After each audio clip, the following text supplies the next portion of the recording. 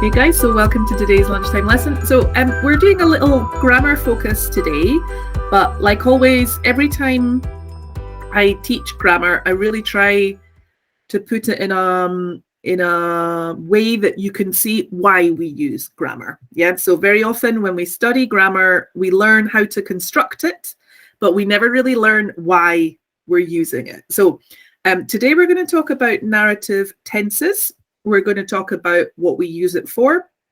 I have an exercise for you to do.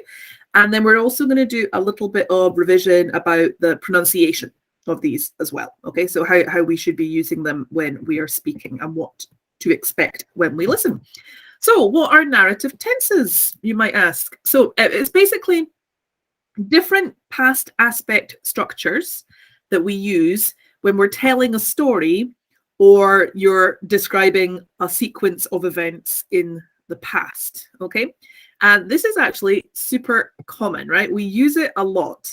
So to give you some examples, think about how often you tell a friend what you did at the weekend, for example, or you explain, you're having dinner with a friend and you tell them an anecdote of something that happened to you in the past. Or in a work environment, you might explain what you discussed at the last meeting, right? So in all of those examples, you're going to be using narrative structures. I find when students are trying to produce narrative structures, there are some issues which come up quite a lot, which cause problems, okay? So the things that cause the most problems are, first of all, irregular verbs. So we very often forget irregular verbs when we're speaking in the past. That would be, for example, the past simple, go and went, or also in the past perfect structure, like go, went, gone. So that's one problem. Pronunciation can cause problems when we do narrative tenses because we have quite a lot of auxiliaries to contract, which I'm going to explain a bit later. So this is something that can be an issue. And then the other problem that people get a bit confused with when they're telling stories or they're telling anecdotes is sequencing. And hopefully I'm going to be able to help you with that today as well, right? So basically, we need to think about which is the main event in a story so that you can put it in the correct order.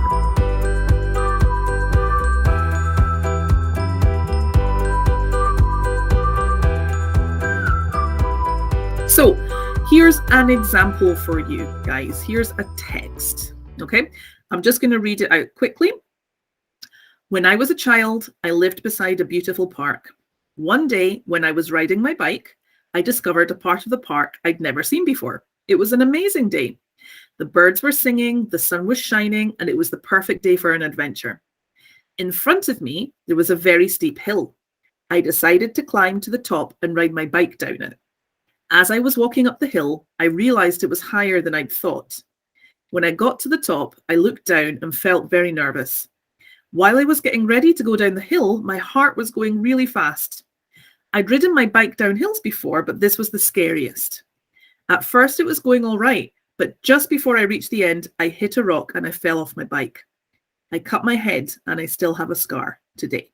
Okay, so this is my anecdote, guys. This is my story from the past.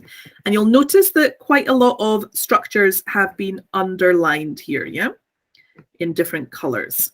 Okay, so have a look at that. Can you recognize what structures I am using? You'll notice that that is the past simple.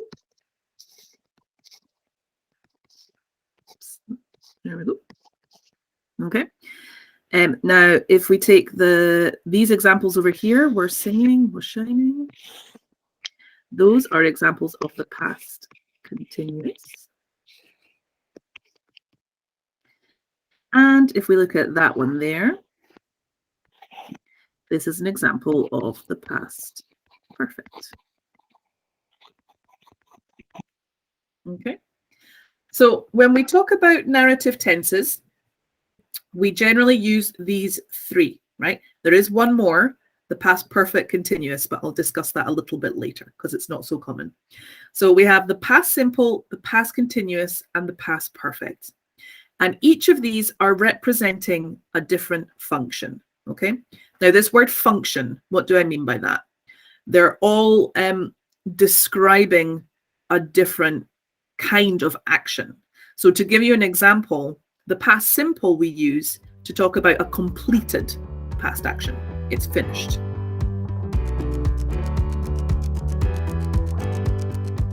I'm going to give you a Google Doc with that text, and I want you to identify from this list of options what each structure is doing. So which from that text is expressing an action in progress interrupted by the main event, which is expressing events which happen in a sequence, so one after the other, which is expressing an earlier completed past action, which is expressing a finished past action, which is expressing background actions and also describing the mood or the feeling that was happening, which is expressing a main event,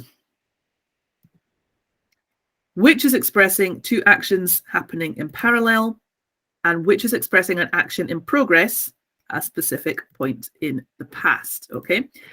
So here we have the text. Here we have the possible structures. 3 of these will be related to how we're using the past simple. 4 of these will be related to how we're using examples of the past continuous. And 1 of these will be related to how we're using the past perfect. So if we look at that first example here, guys, when I was a child, I lived beside a beautiful park. Okay. Now, if I look at my list here, yeah, action in progress. So it's not an action in progress. An action event which happened in sequence. I'm not talking about sequence. Express earlier completed past actions. I'm not referring backwards. Express finished past actions. Okay, yes, that's what I'm looking for. So that first example is here. Yeah. So that first example of the past simple, I lived beside a beautiful park, is expressing this finished past action. See if you can complete the task for me.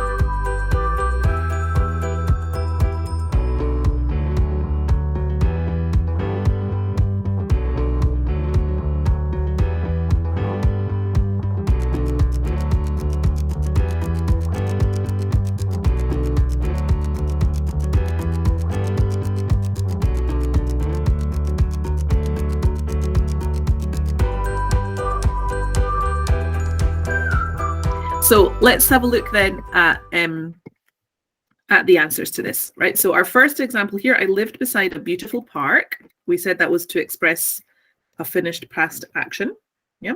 And we were using the past simple to express that. So if we move on, one day I was riding my bike, one day when I was riding my bike, I discovered a part of the park I'd never seen before. So this first example here, I was riding my bike, is an action that was in progress, but is then interrupted by the main action. I discovered a part of the park I'd never seen before. Yeah. So in that sentence, the more important event, the main event, is this. Okay, I discovered a new part of the park. So that means here, one day when I was riding my bike, we look at our options. I was riding my bike to express an action in progress interrupted by the main event. And we're using that to talk about the past continuous. Now, if we move on there, I said this example here, guys, I discovered a part of the park I hadn't seen before. That's the main event in that sentence, yeah? And we're using the past simple to describe that. It was an amazing day. The birds were singing, the sun was shining, and it was the perfect day for an adventure. So these here, these aren't important details to my story. They're not main events, but what they do is that they help explain what was happening, and they help create the mood or the feeling that was happening on that day. So those examples here, guys, is this E, okay, to express background actions and describe the mood. That's what we're doing with that structure, and we're using the past continuous to express it. As I was walking up the hill, I realized it was higher than I thought. When I got to the top, I looked down and felt nervous. So what we've done there is we've expressed the sequence of events. Okay, I've told you the order that things happened in. And to do that, I've used the past simple. To express, so the answer here, to express events which happened in sequence, and we're using the past simple to express that. While I was getting ready to go down the hill, my heart was going really fast. So what I'm expressing here is these were two actions happening simultaneously, okay? This is what we'd call two parallel actions.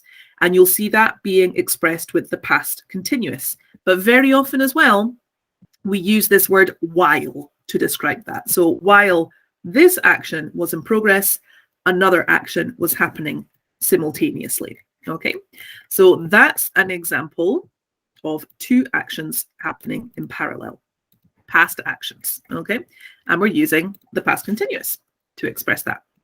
I had ridden my bike down hills before, but this was the scariest. So that word before gives me a nice clue. I'm talking about a past action that happened earlier than the story I'm telling you. And to do that, I'm using the past perfect. But we are expressing an earlier completed past action, and we're using the past perfect to do that. And here at first, it was going all right, but just before I reached the end of the rock, I fell off my head. Here, guys, we're talking about an action in progress at a specific point in the past, yeah? At first. I'm saying specifically when that happened, and I'm using the present continuous, the past continuous to express that. If we look at that table, that explains how and why we're using these different structures when we're telling a story. If you're not sure which one you should be using, this is a good reference for you, okay? The most important thing I want you to think about here is that it's not just how we form the past continuous or the present continuous or the future perfect or whichever structure we're using, it's why we decide to use that structure. And that's how you're going to be able to use the language naturally. I'm not going to explain how to construct these structures today. You can Google that and you'll find out in about 2 seconds, okay? The most important thing is why you're applying that structure, right? So one little thing, I didn't talk about the, sorry, I forgot to animate that. Let me just animate that. Animate.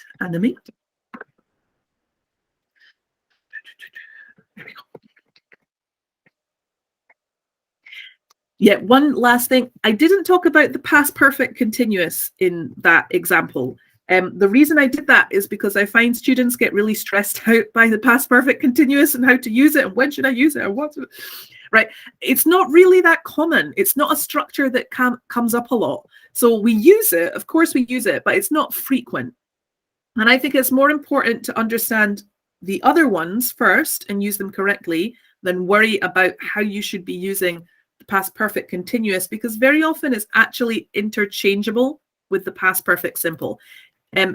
What it does mainly is that it emphasizes the action and shows that something's been happening over a long period of time. Okay, that's the difference with the past perfect simple.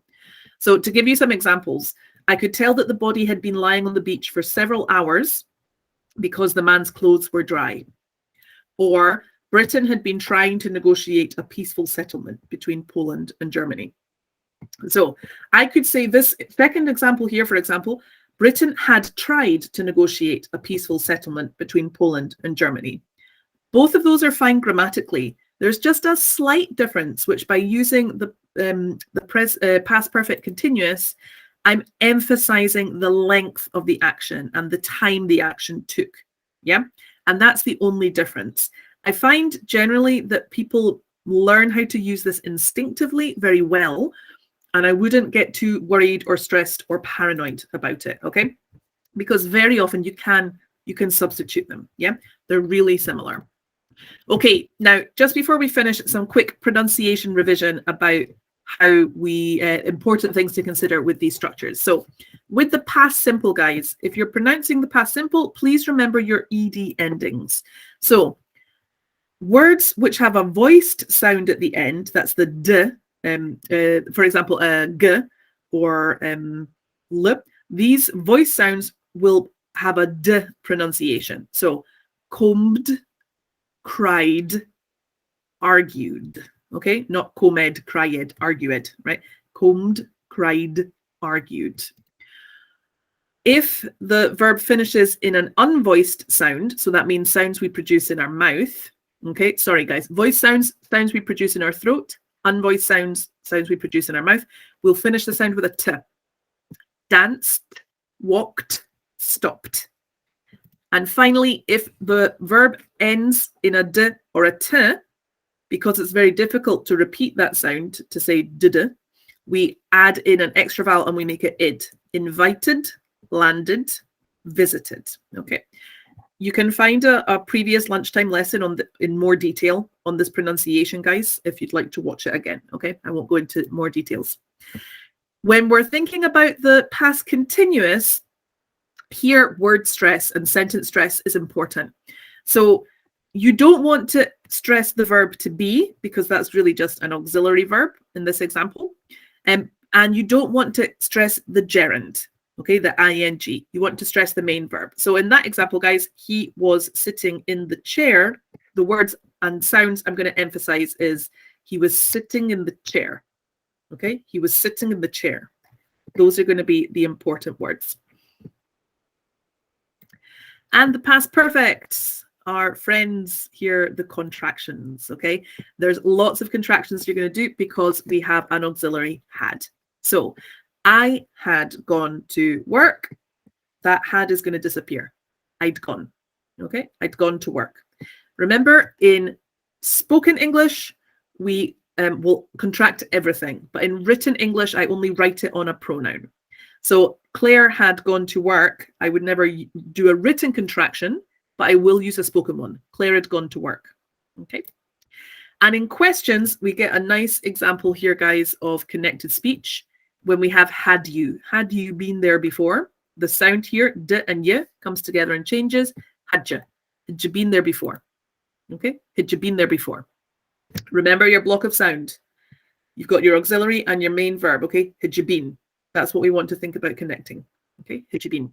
Again, if you watch our our other lunchtime lesson on connected speech, that goes into a lot more detail about these explanations. So I'm not going to talk about them again today. So in general, a good rule when you're thinking about how to use your narrative tenses when you're telling a story, okay? The past simple is what we use to talk about the main events, right? And it's the most high frequency structure that you're going to use, okay? So keep that in mind. When you think about the order that things happen in, that's where you're basically always going to use the past simple, okay? If you would like to practice narrative tenses, here's a great thing that you can do. Record yourself talking about your weekend, yeah? If you don't want to focus on speaking, you can also try writing for 5 minutes about what you did at the weekend. After you've done that, then review your work and think about whether you have used these structures correctly, okay? Think about how many different structures you've used. If you didn't do a lot, could you do it again? Could you add in some more to offer more variety? Okay.